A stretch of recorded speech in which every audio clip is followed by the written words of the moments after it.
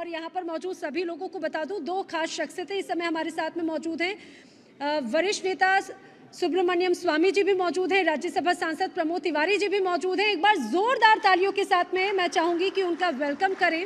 चलिए मंच पर आमंत्रित करते हैं प्रमोद तिवारी जी का, जो अब इस पूरी प्रक्रिया को आगे बढ़ाएंगे। हमारे मैनेजिंग अरविंद चतुर्वेदी और रजत।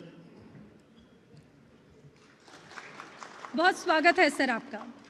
अरविंद जी और रजत जी, ओवर टू यू। बहुत शुक्रिया अंजनी, और बहुत स्वागत है प्रमोद तिवारी सर आपका इंडिया डेली के इस मंच में। आपने कीमती वक्त निकाला, बहुत शुक्रिया इसके लिए। मेरा पहला और बिल्कुल सीधा, क्योंकि संसद चल रही है, आप भी संसद से आ रहे हैं।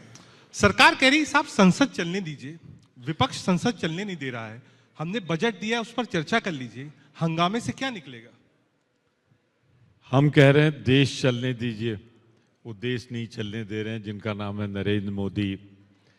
इस समय बैसाखी के सहारे प्रधानमंत्री जो हैं, संसद हम लोग चलने देना चाहते हैं। मैं देख रहा हूँ पिछले कुछ दिनों से, वो मोदी जी में जो एक इंटरनल ताकत थी, बोलने का था, अब वो सब कुछ ऐसा लगता है जैसे चुक गया है, या वो तैयार नहीं है वर्तमान स्थिति का सामना करने के लिए। 400 पार का नारा 240 में सिमट गए, और इसमें भी 40 सीटें ऐसी हैं, 40-42 सीटें जो बेईमानी से जीती गई।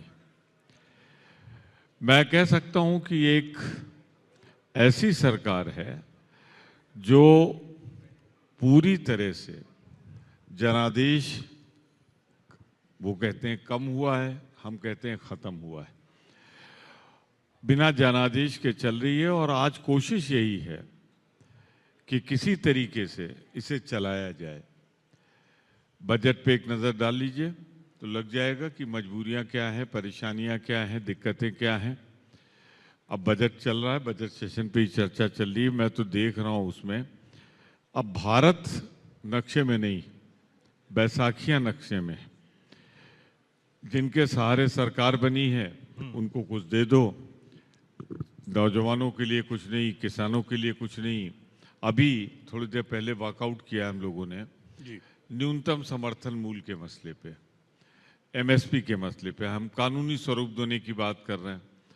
अब उन्होंने कानूनी स्वरूप देने से आज बार बार हम लोगों ने कोशिश की कि बता दें आज करेंगे, कल करेंगे, क्योंकि जब दिल्ली में धरना चल रहा था उस समय इनका वादा था कि हम एक कमेटी बना देंगे।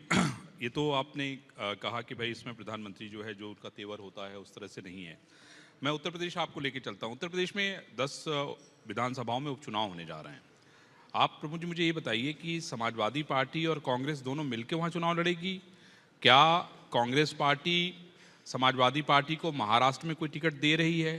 क्या बाकी जगहों पे जिस तरह से अखिलेश यादव ने आपका समर्थन किया, आप दोनों लोग मिलकर लड़े, क्या बाकी जगहों पे भी क्या आप समाजवादी पार्टी को एडजस्ट करने के लिए तैयार हैं? क्या इतना दिल अब दोनों लोगों का बड़ा हो गया है? आपका सवाल उत्तर प्रदेश के लिए जी नहीं, मतलब है तो सब जगह से पूछना। आप तो भाई, आप तो राष्ट्रीय और अंतर्राष्ट्रीय नेता हैं। मैं तो आपसे सब जानना चाहूंगा कि आप मुझे महाराष्ट्र का भी बताइए, मध्य प्रदेश का बताइए, उत्तर प्रदेश का, तो आप वहां के रहने वाले हैं। देखिए, हम लोग इंडिया गठबंधन के सदस्य हैं जी। इंडिया गठबंधन कश्मीर से कन्याकुमारी तक है जी। जहां जिसकी जितनी उपयोगिता है उसके अनुसार उसका उपयोग होगा। अभी चूंकि बाई इलेक्शन है, मिलकर तो लड़ी थी। अखिलेश जी को मध्य प्रदेश में भी हमने दिया था। अभी जो 10 बाई इलेक्शन है, इसमें हमारी पूरी कोशिश है कि हम और अखिलेश जी दोनों मिलकर लड़ें, क्योंकि जनादेश यही है। 33 सीटों पे भाजपा सिमट गई है और हम 43 + 1 44 सीटों पे। तो जनादेश तो यही है। जो जनता का मूड दिख रहा है, जो हालात दिख रहे हैं कि मुख्यमंत्री मीटिंग बुलाते हैं इलाहाबाद में, दोनों उप मुख्यमंत्री गैर हाजिर रहते हैं। वहाँ बात होती है, कुछ कहते हैं संगठन सबसे ज़्यादा महत्वपूर्ण है।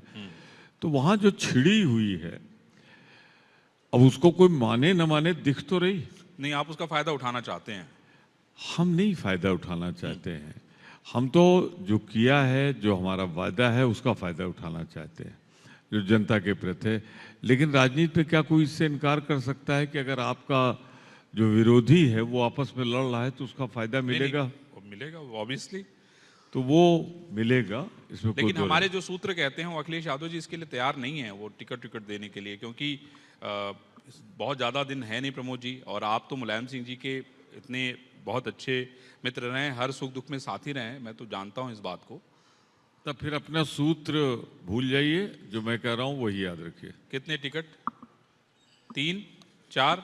ये जब हम बैठेंगे तो हम लोग तय प्रमोद जी करेंगे। को तो पता होना चाहिए। नहीं पता है, बहुत ईमानदारी से स्वीकार करता हूं कि अभी इस सिलसिले में बात भी नहीं हुई है किस किस सीट पे वो लड़ेंगे, किस सीट पे हम लड़ेंगे, लेकिन मिलकर लेकिन ये लड़ेंगे। विश्वास है कि आप लोग मिलकर लड़ेंगे। हाँ हाँ। रजत, सर, जो यूपी के रिजल्ट्स थे लोकसभा के, उसने बहुत आश्चर्य में लोगों को डाला, और लोग ये सोच रहे थे कि अलायंसेस पहले भी हुए, पहले भी समाजवादी पार्टी और बसपा लोकसभा में अलायंस किया, विधानसभा में समाजवादी पार्टी और कांग्रेस का भी अलायंस हुआ। इस बार वो 3 बड़ी चीज, क्योंकि एक वेटरन पॉलिटिशियन आप रहे हैं, आपने स्टेट में इतना सर्व किया, उसके बाद यहाँ पर भी सर्व कर रहे हैं, 3 चीजें जो काम करी कांग्रेस और समाजवादी पार्टी के लिए, 3 बड़े फैक्टर जीत के यूपी में आपके लिए। देखिए, मैं दोनों को अलग अलग कर रहा हूं, भाजपा को अलग कर रहा हूं, मोदी जी को अलग कर रहा हूं। ये चुनाव भाजपा लड़ी नहीं रही थी, ये चुनाव तो मोदी जी कह रहे थे ना कि मेरी गारंटी, भाजपा की गारंटी तो उन्होंने कही नहीं। और अगर भाजपा की गारंटी नहीं थी, मोदी की गारंटी थी, और उत्तर प्रदेश में 33 सीटों पे सिमट गए, यानी आधे हो गए। हाँ। 63 थे, 33 रह गए, तो मोदी जी कुछ नैतिक जिम्मेदारी लेंगे? बड़ी मुश्किल से 1.5 लाख से निकले। पहले 3 राउंड में भारत का प्रधानमंत्री जो 400 सीटों लाने की बात कर रहा था, हार रहा था। तो ये पराजय मैं निश्चित रूप से मानता हूं कि ये सीधे सीधे न एनडीए की पराजय है, न सिर्फ भाजपा की पराजय, बल्कि मोदी जी की सीधी पराजय है। और उन्हें नैतिक जिम्मेदारी ले लें, और नहीं लेंगे तो मैं समझता हूं कि आज नहीं कल लेनी पड़ेगी। क्या बीएसपी का जो वोट बैंक था वो शिफ्ट हुआ आपको? वो एक सरप्राइजिंग चीज थी हम लोगों के लिए। देखिए, अब ये चुनाव कांग्रेस, सपा या इंडिया गठबंधन नहीं लड़ रहा था, ये देश की जनता लड़ रही थी। कम से कम उत्तर प्रदेश में तो ऐसा लग रहा था, जनता ये चुनाव लड़ रही।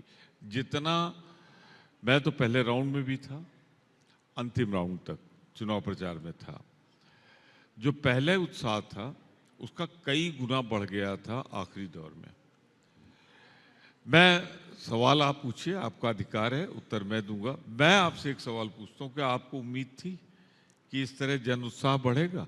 मैं तो समझता हूं नहीं रही होगी। तो ये जनता ने चुनाव लड़ा है, जनता ने मन बना लिया है कि मोदी हटाना है, तो वो बाई इलेक्शन में भी आप देखिएगा। प्रमोद जी, ठीक है, एक मेरा सवाल ये है कि एक वक्त ऐसा था जब आप उत्तर प्रदेश के जो है सीएम बनने के बड़े करीब थे, आपके मन में अब ऐसा लगता है कि भविष्य जो है, जिस तरह से सपने आप लोग मिलकर देख रहे हैं अखिलेश यादव के साथ, तो प्रमोद तिवारी कभी मुख्यमंत्री बन सकते हैं उत्तर प्रदेश के? देखिए, मैं एक बात साफ कर दूं, जी, बहुत साफ कर दूं, कि अब मैं चला आया हूं राज्यसभा में, दूसरा टर्म है, और मैं यही रहना चाहता हूं। यही रहना चाहते हैं आप? मैं यही रहना चाहता हूं, लेकिन भविष्य जी, निश्चित रूप से गैर भाजपाई सरकार का है। और जिस दिन भी उत्तर प्रदेश में चुनाव होगा, भाजपा 100 के नीचे सिमट जाएगी, और हमारा इंडिया गठबंधन मजबूती से सरकार बनाएगा। तो प्रमोद जी के मन में इच्छा अब नहीं है सीएम बनने की? मैंने आपसे कहा ना कि मैं तो राष्ट्रीय राजनीति में हूँ। मेरी बेटी तीसरी बार एमएलए जीत के आई है, सीएलपी लीडर है, तो मैं प्रदेश की राजनीति में मौजूदा हालात में नहीं जाना चाहता। बहुत शुक्रिया, बहुत धन्यवाद सर, आप आए और अपना कीमती वक्त आपने दिया इंडिया डेली मंच को। बहुत शुक्रिया सर। बहुत बहुत धन्यवाद प्रमोद जी। सर रुकिए और रुकिए, तालियां बजनी चाहिए, तालियां रुकनी चाहिए, लगातार तालियां बजते रहें। बहुत बहुत धन्यवाद अरविंद जी और अजित जी। और प्रमोद तिवारी जी इस समय हमारे मंच पर मौजूद हैं। मैं चाहूँगी साहिल जी और आदित्य जी का वो मंच पर आएँ और प्रमोद जी को सम्मानित करें, और उनके साथ ही बुलाना चाहेंगे सनत मोडेक जी को, जो कि जॉली फार्मा के डायरेक्टर हैं, वो भी मंच पर आएँ। तालियों में कोई कमी नहीं होनी ना चाहिए। हो।